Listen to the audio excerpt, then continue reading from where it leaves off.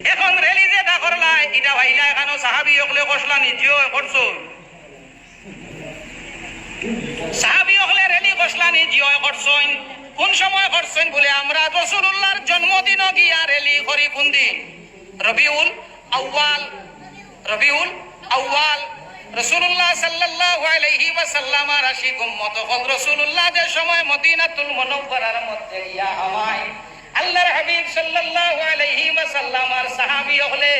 এই সময় মক্কা থেকে বহুত সাহাবী হল আগে হিজরত করিয়া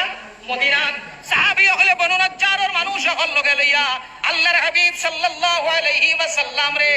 রেলির মতো সুন্দর করিয়া দো পাশে দাঁড়াইয়া বড়ইন তালাল বদরু আলাইনা মিন